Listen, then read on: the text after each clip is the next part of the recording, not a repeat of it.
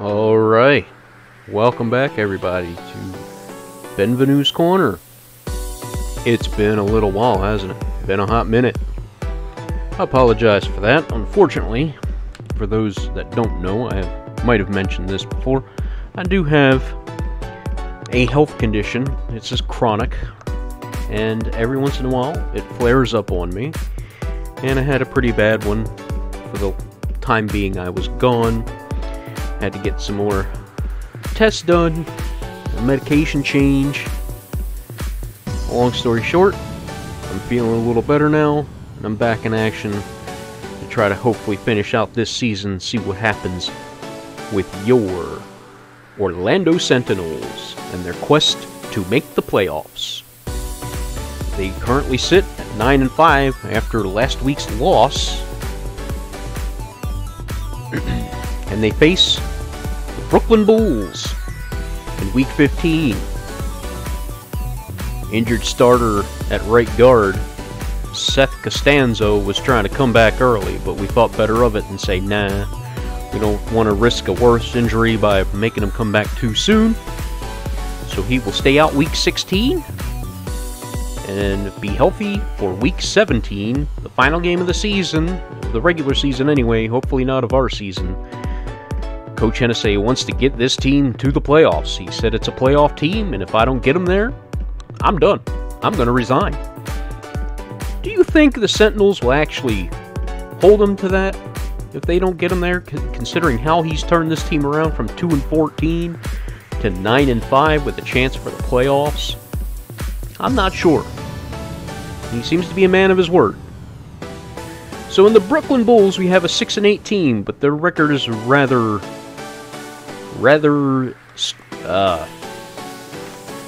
deceiving. They are a good team. They have some good players, and we played this team as they are in our division earlier this year. And what was the result of that matchup? Well, let me show you.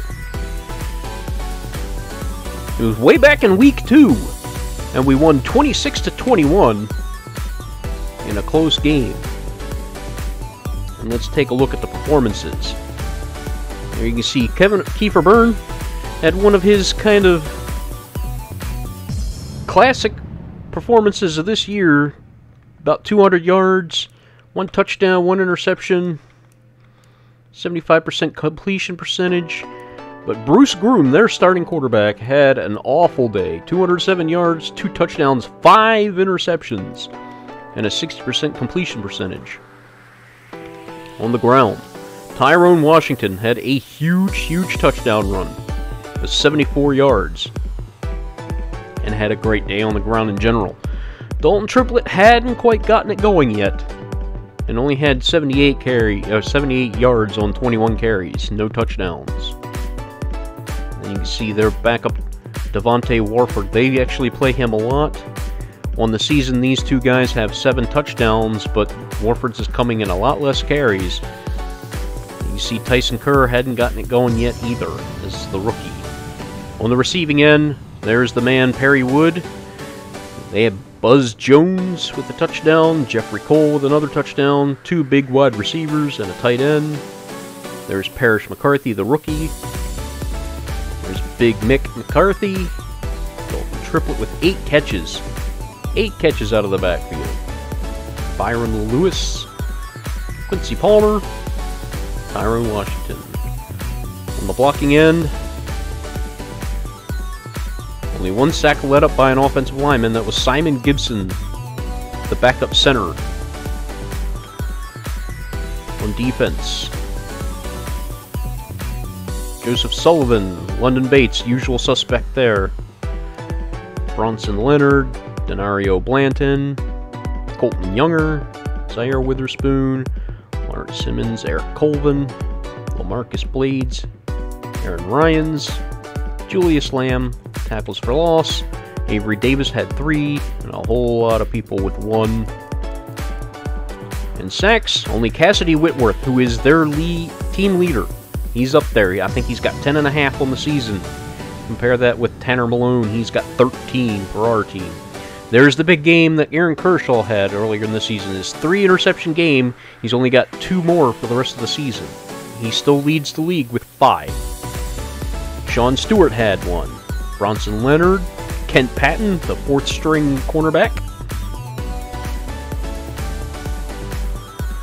Deflections, Aaron Kershaw. Denario Blanton had 2. Kent Patton. London Bates. Simmons, Youngblood, Jarrett Ryans. And any fumbles. London Bates forced 1. Stewart recovered it. Any blocks? Safeties, touchdowns. Sean Stewart had his. On the kicking end. What a surprise! McGuire missed a 50-yard field goal. We never see that before. But other than that, he was 4 of 5, and Max Moses didn't get to kick a field goal at all. On the punting end, yeah, real exciting day. Punters are getting some action. Yippee-doo-dah. Tyson Kerr and Stark had pretty average days in the kick return, and there wasn't really much to speak of in the punt return game. So, you have to wonder if the Bulls don't turn the ball over as much, could they pull it out? It's going to be a tough matchup. I've already done the scouting and training, and we had a couple of upgrades. I already took care of that before this episode. I wanted to go ahead and just look at the Bulls a little closer and just keep this a fairly short and sweet video, if I could, before we just go into our next game and try to get this season wrapped up. It's been a hot minute, I know. Bear with me. So there's Bruce Groom, 35-year-old, 80 overall. Doesn't have the strongest arm in the world, but that's not terrible. He's got really good accuracy ratings and decent awareness, so he's a Superstar X. To have that Omaha ability up there, he's got to be a Superstar X. So you just got to wonder, what was it that made him throw 5 interceptions in that game? Was it just one of those days? There's Tyrone Washington, their starting running back. He looks more like a receiving back than a power back. I would say so, with 84 catching, and the same thing with Devontae Wolford, who has a bit more speed. And then Amari Stark is their 3rd running back and their return specialist. Fullback, Chris Mix. Kind of not very fast, kind of situation we're dealing with. But overall, he's not a great lead blocker. Wide receivers, Jeffrey Cole, 6'4", 85 overall. Quincy Palmer, 6'2", Byron Lewis, 6'1", Kelvin Crockett, 6'3", Alex Person, 6'1". Not blazing speed as a whole, but Jeffrey Cole, their leading receiver, by far and away, he's like R. Perry Wood. Almost the same 6'4", 229. Great physical receiver with jumping skills. Yep, that's Perry Wood for my team. And he's their leading receiver as well. We'll take a look at his numbers just real quick. I believe he's over 1,000 yards on the season with 7 touchdowns, 10 touchdowns. Yeah, just over 1,000 with 7 touchdowns. I was right. Tight end Buzz Jones. Looks to be more of a possession type, I would suppose. Brad Sheffield. And Cole Tomlinson. Their offensive line, Kasim Carruthers, the rookie. 77 overall. That's a good rookie. Look at that strength. Good strength. And those are decent speed, athletic abilities there. 85 pass block, 73 run block. That's not bad. That's pretty good. And his backup is a young player as well, Lincoln Moreland. These are really good numbers for a left tackle, in my opinion. That's a good athletic left tackle. Should be able to hold up in the pass rush pretty well. And he's got good blocking numbers as well. They're set at left tackle.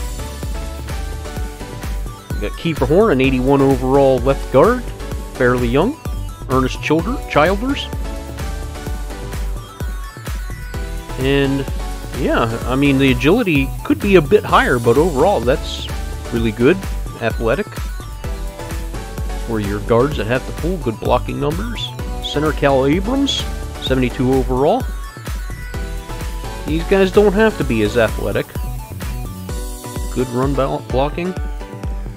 And a great pass blocker in the backup, Zach Anderson. And they even have a third stringer, Will Hutchins. At right guard, 82 overall, Roman Monk. So that could explain why the sack numbers were low that game. They have a very good offensive line, and a young one too, a good young nucleus to build around. And Tony Tucker, veteran right tackle.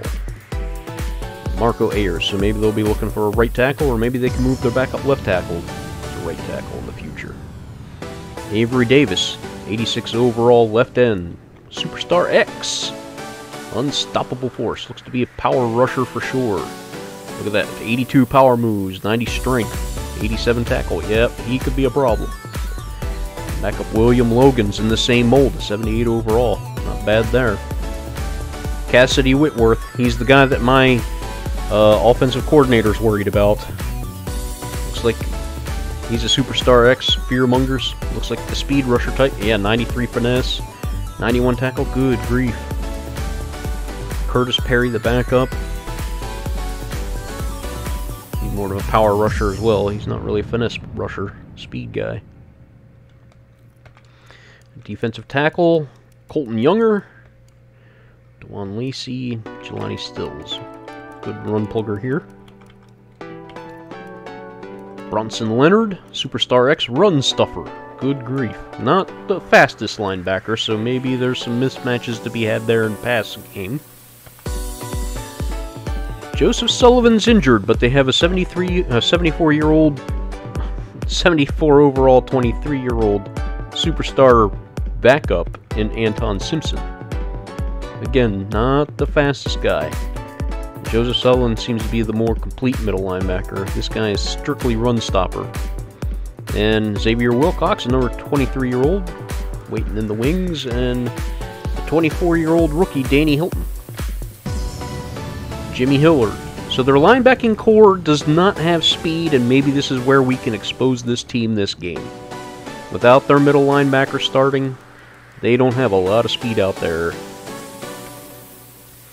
And their cornerbacks, Isaac Graham. Decent speed, but the acceleration and agility could be a problem there. Zone cover, another zone coverage guy, and Aaron Ryans. Again, speed not there. Lawrence Simmons, not a lot of speed. So zone corners all the way. Samuel Fraser's got a little bit of speed. Julian Harmon and Eddie Ramsey. So not a lot of speed in the secondary. Not a lot of, and continues with their safeties. Not great speed with the veteran Eric Colvin. Backup Raymond Polk. And Terrence Bowden, Joseph Jarrett. So there's linebacking core and their secondary is not all that fast. Luke Bartram, you can see the kicking numbers there. He's at 76% for making his field goals. I think 10 of 13 on the season. And there's the punter Max Moses, who's very run-the-mill punter here. So there you see the team. We can take a look at their overall numbers in a second. Just give you an idea of what kind of numbers those guys are putting up. Bear with me.